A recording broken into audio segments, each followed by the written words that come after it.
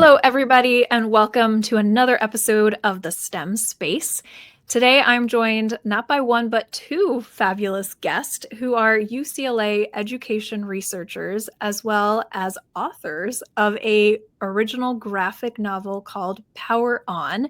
It's a novel inspired by young people whose views deserve to be heard, yet who too often find that the technology they use each and every day promotes practices that keep them marginalized without a seat at the table. So welcome, Jean and Jane, to the STEM Space podcast. Thank you. Thanks for inviting us. So I was just very intrigued by this idea of a graphic novel that's directly for students. And we're going to share an image here. So Jean, can you tell us what we're looking at? Yes. So the graphic novel follows the story and experiences of four friends as they transition into high school. And these are friends who are based on real people who we've worked with in our research in different schools. And the students or friends before like the summer of before ninth grade, they're hanging out and just chatting and, doing the usual thing that we do when we're with our friends. And then they realize, oh my gosh, there's been a really horrible incident where AI has misidentified a Black man. And the police accidentally think that he has done something bad and they shoot and kill him using this biased AI. And so they enter into this conversation around like, oh my gosh, what? How could this happen? Why does this happen? Everybody's using AI today, Mm-hmm. Shouldn't we be able to trust these tools? And they begin to realize that, technology is something that is very much shaped by humans as much as it shapes our lives as humans. And so they begin to look into who is it that's making this technology that could do such bad things or that could be used in bad ways. And they realize that the field of computer science lacks diversity. It's primarily made up of white and certain groups of Asian men. And they decide, hey, that's not okay. Let's figure out how we can do something about that. And so you'll see in these panels, it's kind of their like sudden shock and experience with realizing that bias can get built into the technologies we use every day, whether it's something as simple as Siri or Alexa, and like they can't recognize women's voices, which was part of Jane's earlier research, or it doesn't recognize people with what's considered accents when they speak English, to something as serious as bias in medical algorithms that are used in hospitals, which is something that comes up in these panels show. Like later in the book, one of the friends goes on a field trip to a game design company, and they kind of realize like, wow, the game designers don't really reflect who we are and what we care about, and how does that impact what we experience in our lives. And the teacher willingly talks about it in her computer science classroom.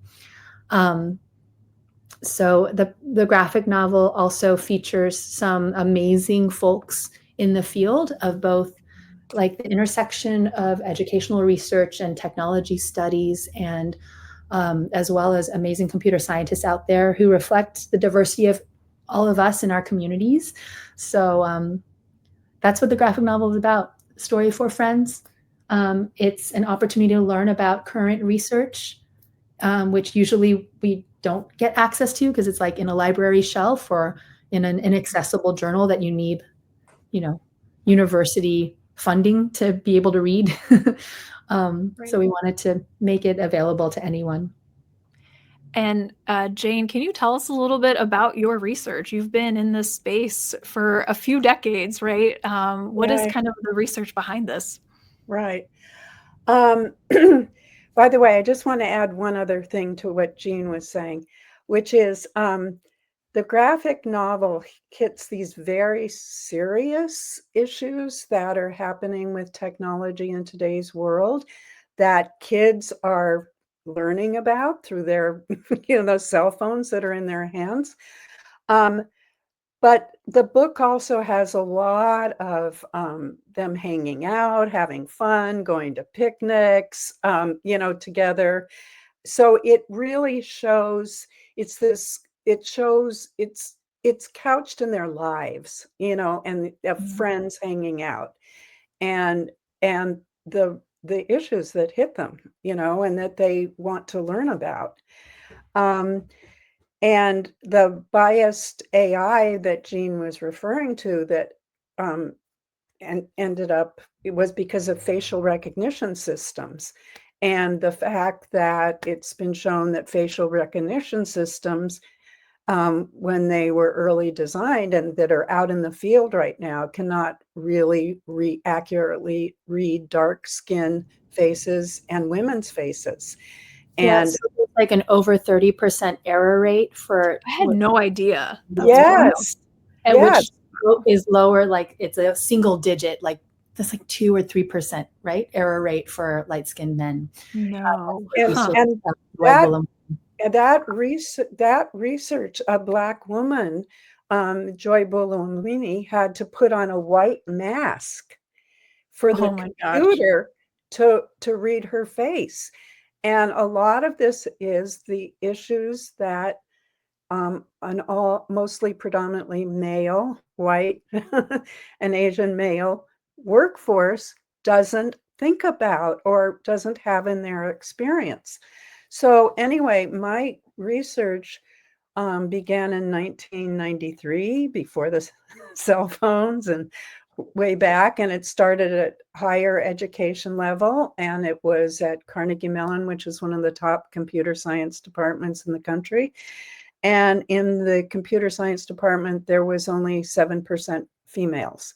And the dean at the time, Alan Fisher, wanted to understand, what is this about? Why? And so we followed students for 4 years and talking to them. And one of the important findings was that when we asked students, why are you interested in computer science? The males would often talk about just their love for the machine and sort of hacking for hacking's sake. That was what they were into. Mm-hmm. It was dramatically different in talking to the female students, who often talked about wanting to learn computer science in the context of oceanography or the environment, or wanting to use computer science in terms of education, even improving education. And so we realize that the teaching of computer science, which are considered to be a tech subject, and that it needs to be integrated and couched in these larger world issues that are really affecting a broader group of students, that a broader group of students care about. And that was kind of a very important finding that I think has stayed with Jean and I, from 1994 to 2025, that computer science also needs to take in the world in how it's being used and how it's affecting our students' lives. What is the goal of the graphic novel? Is it to highlight the issues of a lack of diversity in the tech field? Are you also trying to encourage a diverse group of students to pursue computer science? Can you give me some of the kind of inspiration, what your hope is with this graphic novel? Yeah, definitely. To piggyback on what Jane just shared, we have a project where we've been collaborating closely with teachers and students in high schools, and then following students after their very first experience with computer science in high school until like 5-6 years later. And they really shared like how much they appreciated teachers who engaged them around these conversations about tech in society, ethics issues, social impact, and that got them more excited about learning computer science. And also when they're able to discuss like issues of diversity and who they are, their identities with computing, but then also where would they fit in that world of tech, was really more meaningful and impactful than just learning how to make an app. Mm. And so based on that, we were like, we need to put a resource out there that teachers can use in their classrooms to discuss these topics of how technology and society intersect, as well as something that would be fun to read for students. That's not just like another like long article, not a super long book. I personally read manga and graphic novels all the time. So I was kind of like, my go-to would be to be it and have it in that format. But we wanted to make sure that these like the research that we just talked about, Joy Bullin-Winnie's research, or research that Jane started back in the 90s around, gosh, who is entering CS and what are these pathways? How does it happen to be that way? Make sure that people are aware of it so that they're better informed as they go along in their lives, whether they're students, parents, teachers, other researchers, to really think about the larger sociocultural, historical, and political context of education. So yeah, having a tool available. And also, I just wanted to add to that is that we very much had teachers in mind also when we were writing this. And so we partnered with the Computer Science Teachers Association equity fellows, who all themselves are teachers, very concerned about these issues.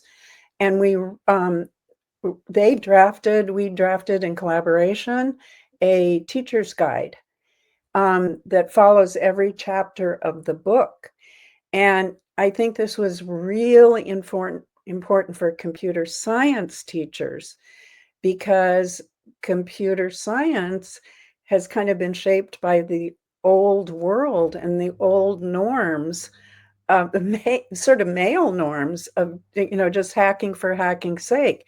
And teachers needed to have the support in the learning community and the teacher's guide to realize that this is kind of a new day.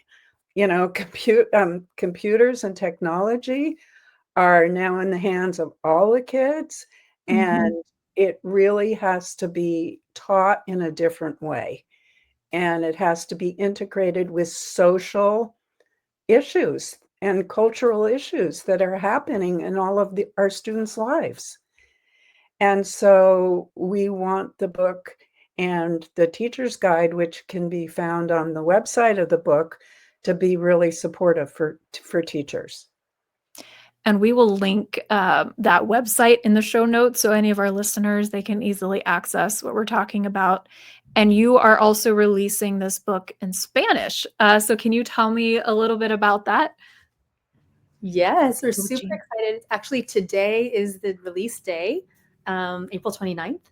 The book is called Conectados, and it was translated by Mariana Llanos, and she did a phenomenal job. It was wonderful to work with.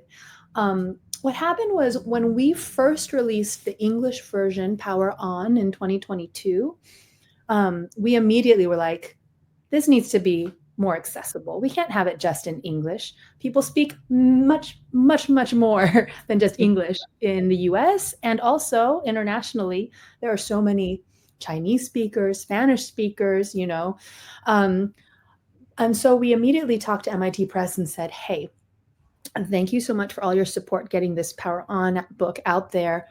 How about we do a Spanish translation? And they were like, this sounds great. At the time, we were working with a wonderful editor, Katie Helke, who has since left the MIT Press, but she was like, I'm bringing this to the board. Let's think about it. But that process is actually, I don't know how much listeners know about how books translations are made, but it's actually unusual that the original printer or publisher of a book also does a translation of it. Usually other publishing companies approach the original publisher and say, hey, we want to translate the book and sell it, and so the rights get sold. And then that other company will do it, which was the case for the Korean version, because there's actually a Korean version of the book that's already available by Hangilsa Press. but MIT Press, and we started working then with Susan Buckley when Katie needed to move on to other things. But it was kind of amazing. Susan was like, I think this is the first in-house translation we've made of any book at MIT Press. And so they helped us find a great translator. We received funding from Kport Foundation to pay for the translator's time and also to get the book out there. MIT Press found additional funding to support marketing in Spanish and with other communities about this new version of the book. So it's really been this great collaborative effort. But we really care about accessibility. And actually another project we have ongoing and hope to release this fall is an audiobook of the graphic novel that will make it available to low vision and blind readers, because usually, if you ever use Audible or other audiobooks, it just reads the words, but a graphic novel is much more than words, right? You can imagine just hearing the word bubbles. It'd be very boring. And so we've been doing that with a group called Prime Access Consulting, led by a blind computer scientist named Sinabaram. And he and his team have been phenomenal. So we're super excited to also make the book more accessible in other ways as well. Yeah, and it is so exciting for us. I mean, I think just hearing you talk, Jean, about all the different projects that we're working on to try to make it accessible to all different students is just really thrilling. And the latest statistic, we grew up in LA. Our research grew up in LAUSD. Like I said, the second largest school district in the country. And today, the latest statistics is 73% of the student body are identify as Hispanic. And there's many languages that go on in LAUSD. And so that is what has shaped us, is being in the second largest school district in this country and seeing how many English language learners and students that identify as Hispanic and all the different languages being spoke. Mm-hmm. And I think that, the issue that students need to see people that look like them, and I would say speak like them, and for them to feel that they could belong in a field. And so many of the images, when people think of computer scientists nowadays, they think of the Steve Jobs, the Bill Gates, the Jack Dorseys, the white males, and they don't see any other genders or different color skins and different languages and in their images. And so we really wanted to break through that barrier and have students think about those issues and engage with them and ask why not, and say we can do it, and highlight these amazing computer scientists that are a lot of female and people of different ethnic backgrounds, and what they're doing, and give them some role models. And I was really excited about the Spanish version because I was in San Antonio for about 6 years, working with school districts that were about 98% Hispanic. And there were so many students that only spoke Spanish, and Spanish was the primary language at home. And we would host several different, we called them STEM family nights. And so the parents would come out, and it was so amazing to talk with the parents and how before they came to these kind of events, they never saw, especially their girls, in a STEM pathway until they saw their kids doing the coding and driving the robot and launching the rocket. And that was shifting the parents' mind. And I was realizing that all the content I needed to translate into Spanish so I could reach the parents. And so students with this graphic novel can take it home and say, hey, right? Like, look, Dad, this is what I learned in school. So what are your thoughts on that? Oh, that's what we want. I saw you got excited. Yes, this is also a family project that we wrote. We want this to be brought home to the siblings, to the parents, to the community. We want this to land in boys and girls clubs as well. You know, just all these different places where families are. And absolutely. I mean, you said exactly what we're hoping for. Yeah. Yeah. And I was going to say, go ahead. Go ahead. Well, I just wanted to say, like, I was working with a nonprofit, Communities in Schools. It's all about family engagement, and they serve a large Hispanic community. And so I'm absolutely sharing this out with all the staff there, because this is just a perfect add-on to the STEM family night. So, okay, Jean, sorry. Thank you. Thank you. Awesome. Thank you. Yeah. Awesome. Yeah, no, I was just thinking on another project that that I've been working on at UCLA with our colleagues Julie Flappin, Paula Nazario, and Michelle Choi and Teresa Chan is focused on parent advocacy. And we've been collaborating closely with parents to design a toolkit that's about like, what is computer science and what is it not? And how can we engage our students with it? And how can we put pressure on school systems to create more opportunities for our children to learn? Because I don't know if you're aware of the statistics already, but across the United States, only about 60% of high schools offer computer science, like introductory courses, which are obviously necessary to pursue computer science or learn more. Right. Only about 6% of all high school students across the nation actually take those classes. Wow. And you can imagine the majority of those courses are only available in schools that are wealthier, have the resources, have teachers who know how to teach it, which means that the majority of students who miss out on computer science are students of color, students in low communities, rural communities. And so I bring that up because we know parents are their children's number one advocates, and students often, their futures, the majority of students, like life and career pathways are shaped by parents and parent support. And we have so much gratitude to parents and like what they do on a daily basis to make sure their children are learning and living and well and are healthy. And so I love that you bring that up about like being able to take the book home and be able to read it with your parents, or just like be like, hey, Mom, look at this weird graphic novel that I saw at school or in the library, you know. But because another thing is that a lot of the students we work with are Latine, and they've shared with us that, you know, while they are now excited about computer science, they had no idea that it was like a field they could actually study and pursue. Mm-hmm. And that their parents also don't really know about it because they haven't had access to computer science in their educational pathways either. And so, you know, as parents, we always share what we know, what we've experienced. We can't talk about something we've never seen or done before, right? Not easily anyway.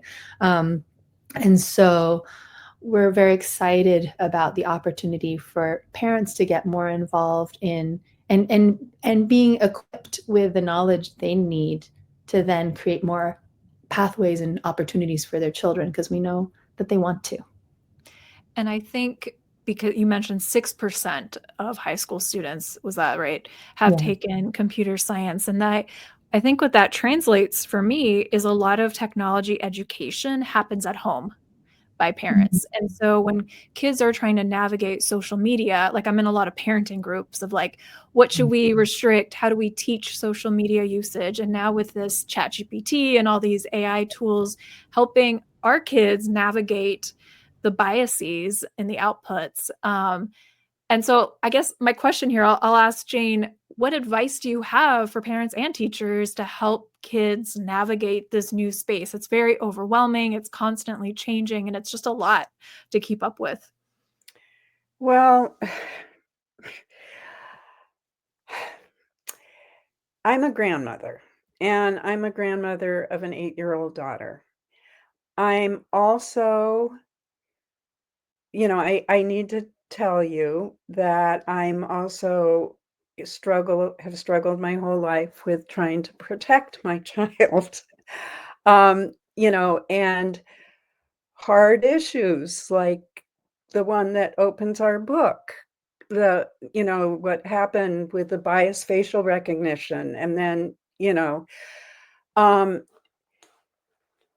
that is a hard issue.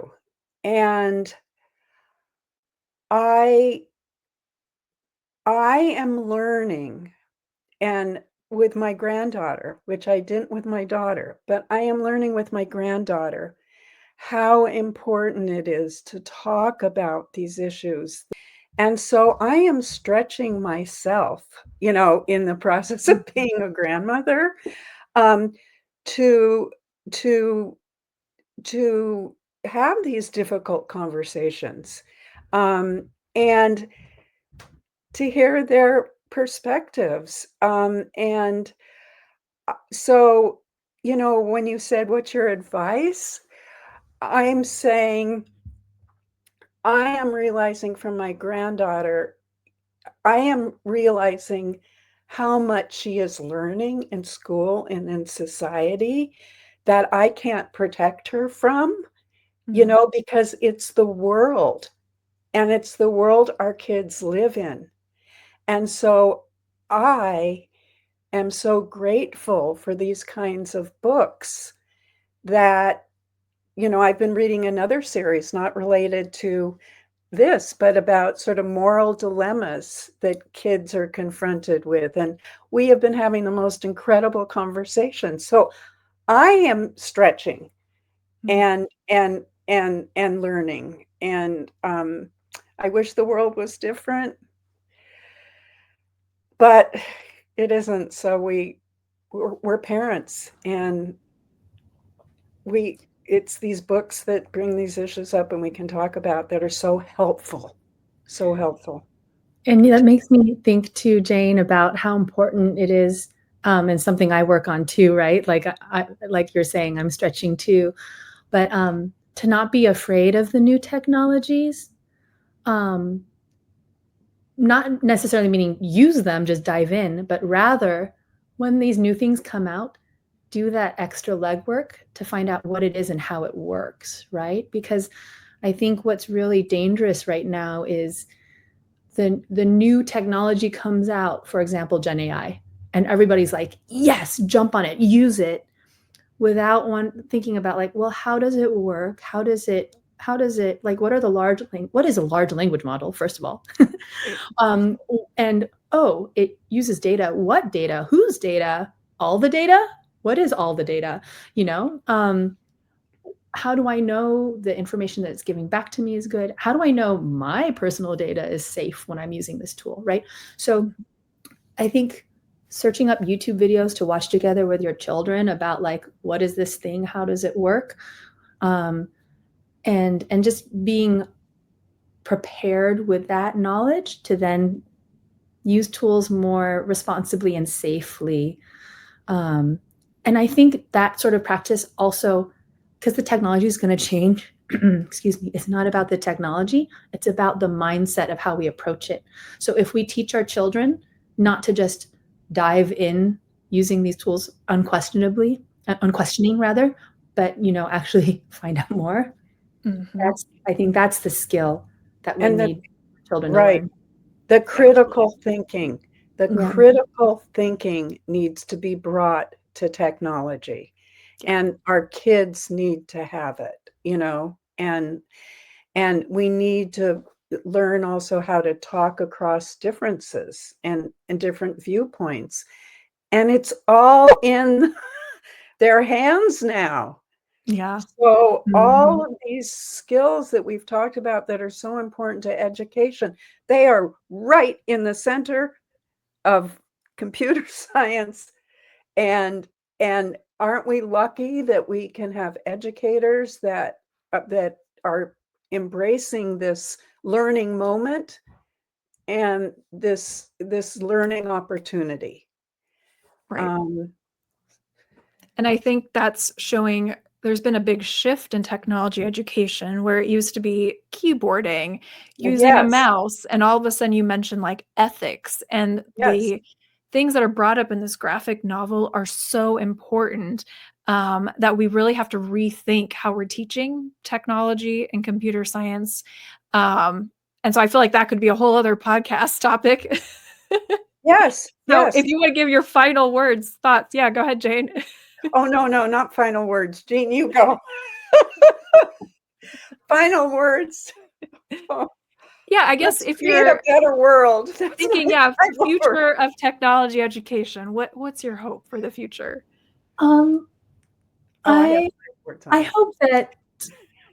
hope that students, families, teachers, communities feel inspired, knowing that they can change the way that technology and society function, that things are not inevitable, right?